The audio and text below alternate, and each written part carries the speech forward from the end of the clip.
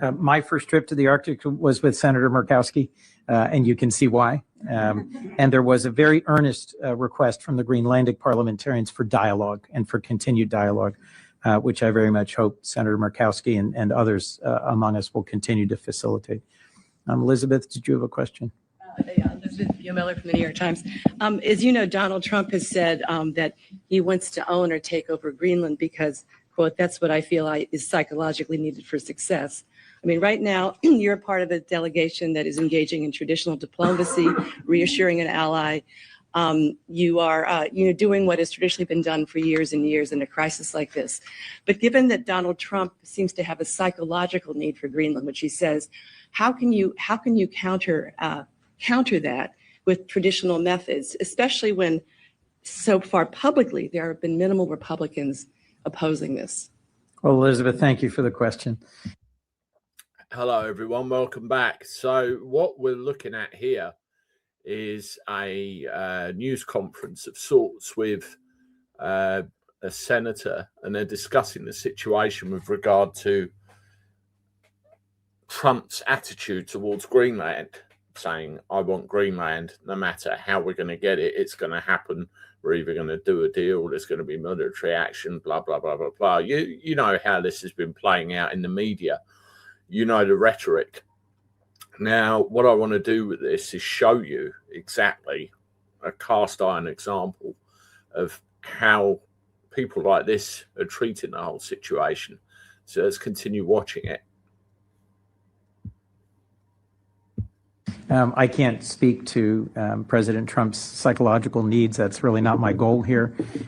Your question, though, is repeating something he has said. I'll say this. One of the things that's been made clear to us is that the people of Denmark are very anxious, are quite concerned, and the people of Greenland even more so, and that this current tone and tempo of statements about acquisition is not constructive. I think I speak for every senator and House member here in that we deeply value NATO, and that this 80-year-old alliance, this partnership, has been absolutely critical to the United States' security and prosperity and success. I was at the NATO summit, as was Senator Shaheen, Senator Tillis, and others. This was a remarkably successful NATO summit last year at The Hague. NATO has dramatically stepped forward. Denmark, the Kingdom of Denmark, is now spending 3.2% of its GDP on security. NATO, in some ways, should be celebrated and embraced as being stronger than ever. Greenland is a part of Denmark. Denmark is our NATO ally. That should be the end of this discussion, in my view. Well, it's not the end of the discussion, is it? The discussion's only just getting started. Now, he goes on to make more comments later on. But, you know, there has already been a survey of sorts, and Greenland has made a decision on what they want to happen. And it's not very good with regard to Denmark. That's all over the news. And if you have a look at the globe, you have a look at the position of Greenland, you have a look at the traffic going back and forward near Greenland, and you have a look at the potential for everything. And what you have to understand as well, he mentions NATO very much, but there are certain countries, shall we say, which are being removed from the chessboard of the players involved, who all happen to be over the European stroke British neck of the woods. And you are seeing senators, you are seeing governors, and you are seeing politicians on our side of the fence really getting nervous about what is going on. And the media is being used to great effect as a tool. Because I think to do or say anything that puts at risk our trustworthiness as an ally is fundamentally strategically dangerous for the United States. So in recent conversations, I've said it before, what you have to appreciate is many years ago, the United States was very isolationist, very much a ticket of America first, Americans first. What's good for America will happen for America. And you've seen the inclusivity, you've seen all the let's be friends, we're here, there, and everywhere, come in, open borders, and all the rest. It simply does not work. With ambassadors from other countries, from the Indo-Pacific, from throughout the world. If we do or say things as a nation, and I'm speaking as a senator, if I do or say something that causes a close and trusted NATO ally, there is almost no better ally to the United States than Denmark. If we do things that cause Danes to question whether we can be counted on as a NATO ally, why would any other country seek to be our ally or believe in our representations? In terms of my psychological needs, knowing that the United States is a respected and trusted ally and partner around the world is a core part of what, speaking for myself, I'm trying to accomplish. And, you know, I'll let others in the delegation disagree if you do, but I think a lot of our security as a nation has rested on our being trustworthy. We're the Article 1 branch. We are having active conversations amongst ourselves about what is the wisest course of action.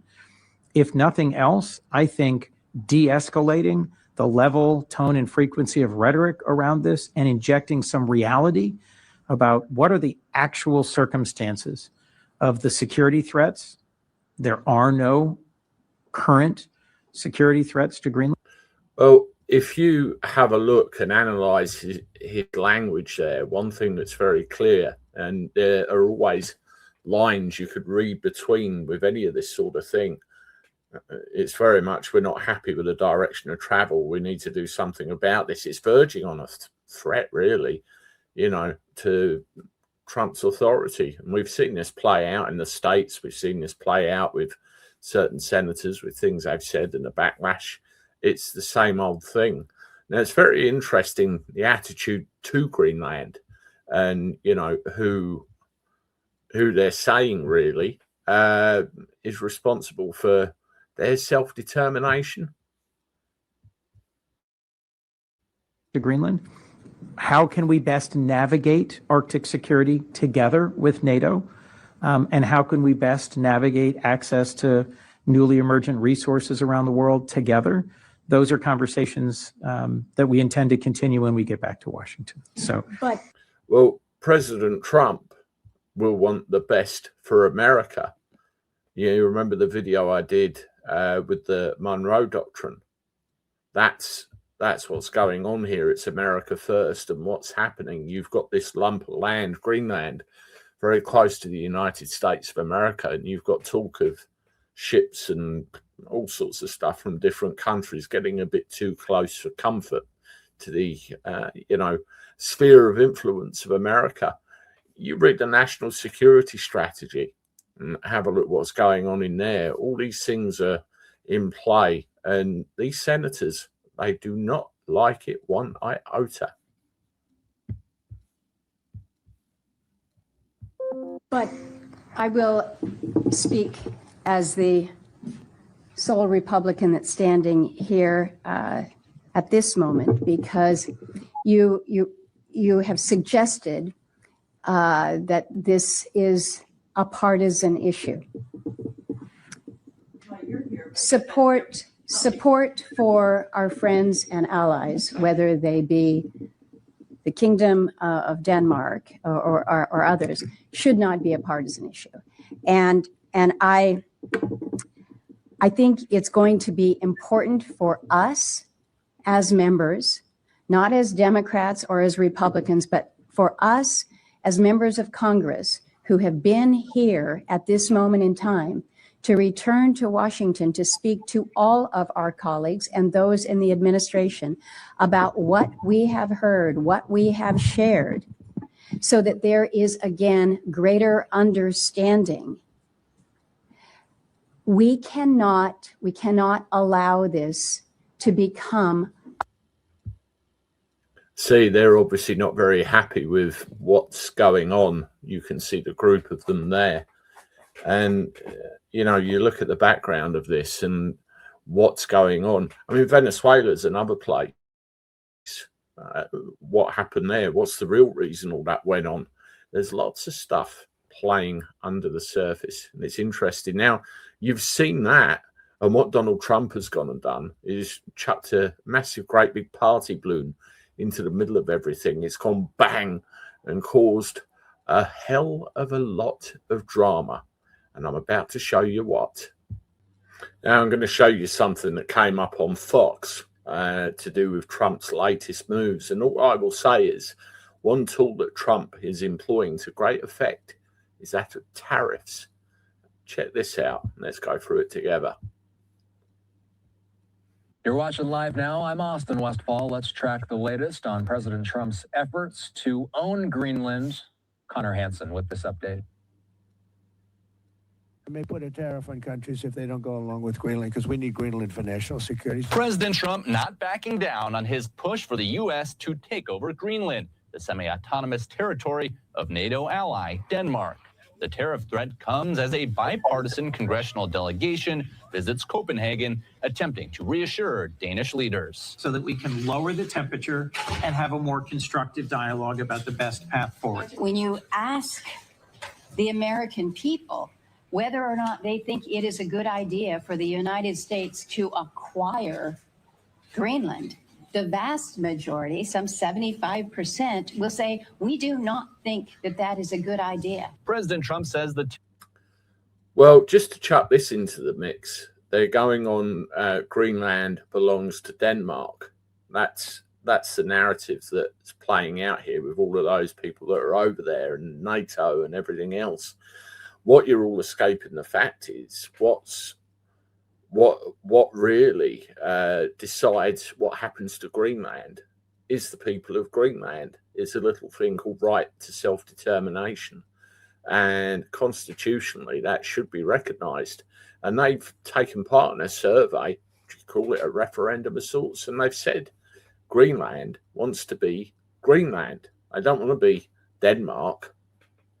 So, you know, this is certain people in positions in government playing the game. That's all it is. Let's see how the rest of this plays out. The territory is crucial for U.S. national defense and will be key to his planned Golden Dome missile defense system. Its strategic location would also counter threats from Russia and China as warming temperatures open up new sea lanes in the Arctic. Greenland is also rich with key rare earth minerals. The reason this is urgent is because the Chinese and the Russians are making inroads. They want to be in Greenland. You never appreciate keeping the wolf or the bear from your door until they're knocking on it. Danish. There you go. There you go. And that mirrors what Trump had said already, keeping the wolf from the door. So you've got China, you've got Russia, you've got other interests looking at Greenland, and it's too close. You know, they're talking about national security, but what minerals are on Greenland? What resources are on Greenland? What strategic advantages does Greenland give where it is? I know there's a base on there already somewhere, but, you know, again, there's more to this.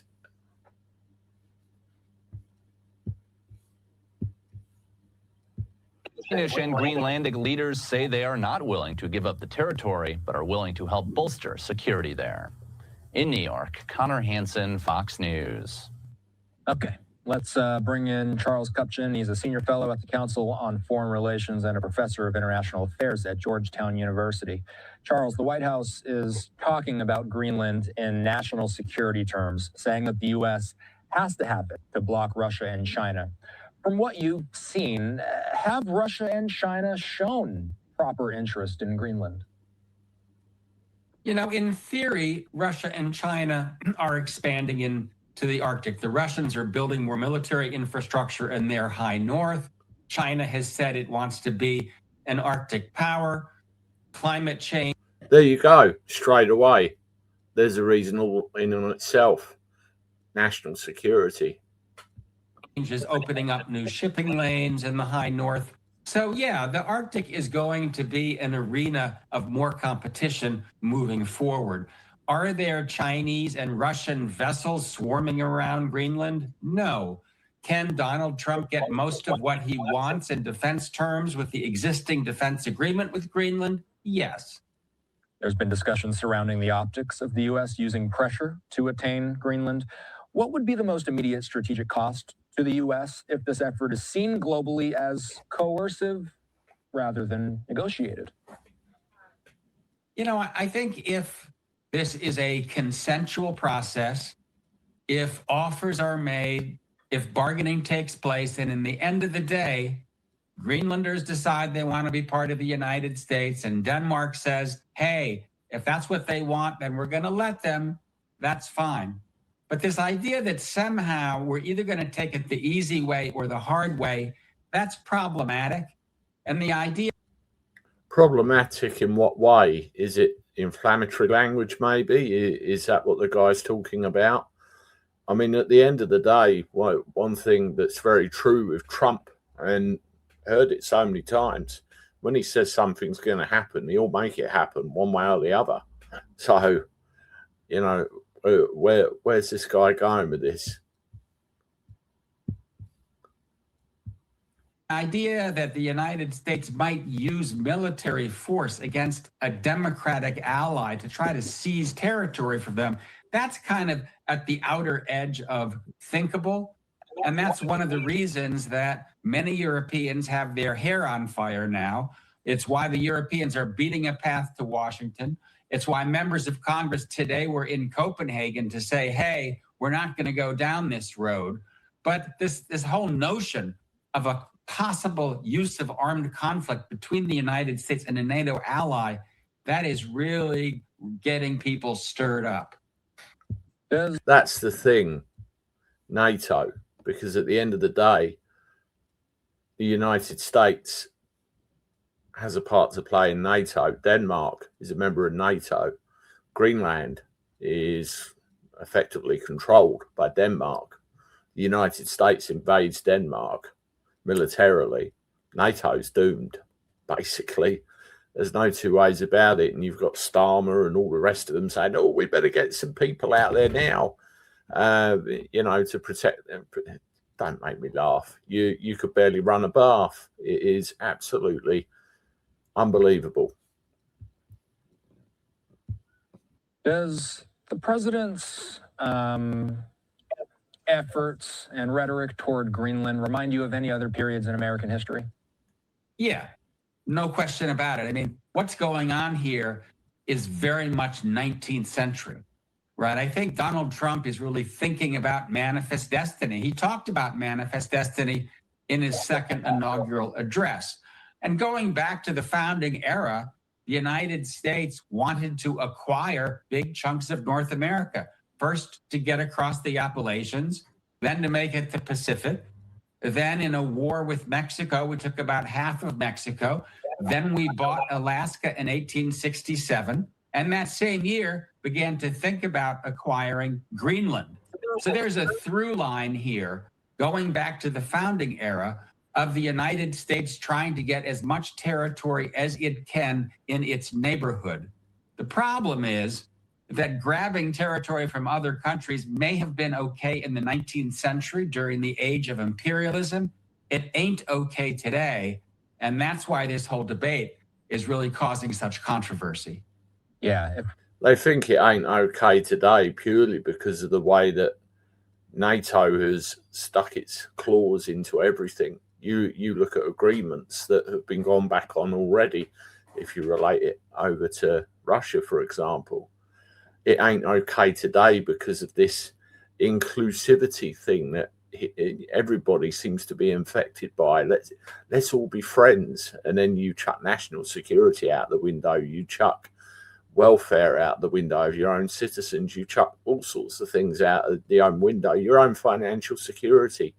And what Trump seems to be trying to do is pull all of that back. And it's pissing off a lot of people. That's what it seems to be. And it's the establishment that's biting back. Yeah, if we were in the age of imperialism now, what age are we in today? Well, it's very difficult to say. Trump said we're going back to the Monroe Doctrine, and this is the Trump corollary to the Monroe Doctrine. So in some ways, you get the feeling he wants to take us back to that era. The Monroe Doctrine is basically America first. It's the most simplest way of explaining it. But the rest of the world, or at least our democratic allies, don't want to go down that road. Maybe the Chinese do. Maybe the Russians do. They're not uncomfortable with great power spheres of influence. But at least in the context of where the United States has been since World War II. You have a look at that map there. You can see that there is a base there and, you know, something else there as well. And you can see its location compared with the United States and what's going on around there. So you kind of get the impression, or kind of get the idea why Trump would want to get his hands on it. Really. This is a turn that is freaking lots of people out. Greenland's own internal politics also matter here. We're looking at a image, by the way, giving you an idea of where their largest city is and where the U.S.'s space base is on the island. Let's talk about Greenland's domestic politics. The island does have an active independence debate. It has a small population. It also has an economy that would, in fact, be transformed by investment in minerals. Investments in infrastructure would be a big deal. Arctic shipping certainly would be a big. This is a very important thing here. There is an independence debate going on at the moment, which says that there is a growing swell that they don't want to be, you know, Danes. They want to be Greenland. And anybody, you know, the English, for example, have a right to self-determination that too often is robbed from you. Would be a big deal. From Greenland's perspective, does true independence feel like the smartest path forward? Well, you know, there are about 56,000 people in Greenland. A lot of them are Inuit. They became a colony of Denmark about 300 years ago, and then much more recently became an autonomous territory, basically self-governing, even though part of the kingdom of Denmark. And there isn't a lot of love between Greenlanders and Danish. They, like many other former colonies, feel like there's a lot of baggage there. But they don't like the idea that the United States is trying to coerce them into leaving Denmark, becoming independent, and then maybe joining the United States. And in some ways, I think Trump's effort to put pressure on Greenland is backfiring, because it's getting the hackles up of the people there. In some ways, the best way to play this is ease off, step back, let a process of potential independence take its course organically, and then maybe down the road, maybe the United States could make... Trump ain't going to wait that long. He'll want it, and he'll want it now. You know, there's no two ways about that. Now, it's interesting he talks about colonies of, you know, bigger countries. We have this where, you know, the British Empire, for example, and the British have got a lot to answer for in a whole manner of things, even things that you don't actually realize are going on, spread their tentacles out everywhere. And then you get pockets of civilization, pockets of, you know, populace that think, hang on a minute, we're not happy anymore. Maybe we do want independence. Maybe we do want that right to self-determination. Then what happens? Do you get this situation where they end up American, or, you know, you just don't know. Could make a good offer and say, hey, we are going to come in and help you develop. But I think this threatening posture does more harm than good when it comes to the broader end game of somehow trying to attach Greenland to the United States. What would be the strongest argument to Greenlanders that the U.S. owning Greenland would benefit Greenlanders? This is interesting. You know, I think the strongest argument down the road is an economic one. The Danes are already putting a lot of money into Denmark, but it's not a wealthy place, and it has a very limited infrastructure. And that, I mean, the thing is as well, if you're suddenly cut off, you know, your financial resources are going to be fine, not infinite. They're going to be finite. So something has got to give somewhere. And that's one of the issues that I think would stand in the way of Trump's hope to get a lot of rare earths and a lot of minerals out of the ground. The minerals are there. The rare earths are there, but they're under a very thick ice pack. And Greenland doesn't have much of a road network. That's why you don't have a lot of mining companies crawling all over Greenland as we speak. In addition, it's cold and it's dark. So in the end, you know, if this process does evolve organically and Greenland does become an independent country, one could imagine a process of gradually moving closer to the United States, becoming an associated territory, maybe one day becoming a state. But that's way over the horizon. And as I said, I think this coercive language does more to delay that process than to expedite it. As you alluded to, we did recently see a bipartisan delegation of lawmakers go to Denmark, and they've been speaking with Danish officials. You know, this is something that's been fascinating me, is really the possible military footprint and political influence that the U.S. is kind of aiming for in Greenland. Is there a plausible de-escalation outcome? And what could that outcome look like? Could the U.S.'s military footprint and political influence still increase on the island without full ownership? I believe you said so earlier in the interview. Can you expand on how? One of the things that I've read and understood from all of this is the amount of moves that he's taken. You know, he'll want to do a deal, and that much is certain. He's tried to apply pressure to Denmark. I've read, whether it's true or not, he's even offered financial incentives to the people of Greenland to say, you know, come be American, and you know, really ratcheting up the pressure. And obviously the Europeans, members of NATO, are none too impressed with it all. So you've got a situation there. But again, if you have a look at, you treat the world like a chessboard. You treat certain countries as a vital chess piece in that game, and how important what goes on there is to, you know, the British, the Europeans, all the rest of it. And what Trump appears to be doing is taking it apart piece by piece. Now you need to look, you need to research, and you need to have a look at what's really going on around here. And this is just one part of a very big puzzle.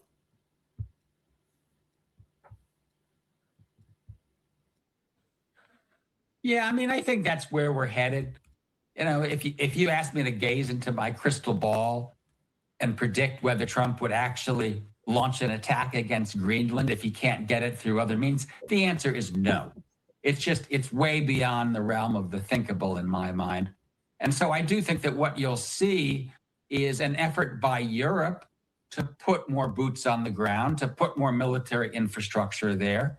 And the Trump administration and future administrations will say to Greenland and will say to Denmark, we need a new radar. We need to put missile interceptors on the land. We need this to be part of what Trump calls his Golden Dome, some sort of broad missile defense system that will cover the continental United States. This is a strategic island, right? It monitors missile launches. It monitors the satellites in orbit. It does a lot of good things. But this agreement that was originally struck during the early Cold War, 1951, provides ability for the United States to work with its allies to do everything that we need to do strategically. And that's where I think we're going to end up. All right. Charles Kupchan is a senior fellow at the Council on Foreign Relations and a professor of international affairs at Georgetown University. Have a good weekend. There you go. A very good analysis there of the current situation. But you saw the headline on the bottom, tariffs. That's the tool by which he's now using to apply the thumbscrews to countries, including the United Kingdom, which isn't a country, by the way, to try and convince them to, you know, give in. Years ago, I remember watching a video. Tariffs were the main source of an income, and there wasn't really taxation of the citizenry as there is now. And they can also be used to apply pressure to other countries. If you don't comply, you get 30% tariff. If you don't comply a bit longer, it'll go to 50%, and so on and so on. And that is exactly what is playing out. It's all calculated. There's no, you know, people tell me he's got dementia. People tell me he's going nuts. People don't know. He knows exactly what he's doing, and he knows exactly what he's after too. Let me know what you think in the comments. Subscribe to the channel, hit the like button, share my stuff, and I look forward to talking to you soon. Toodaloo.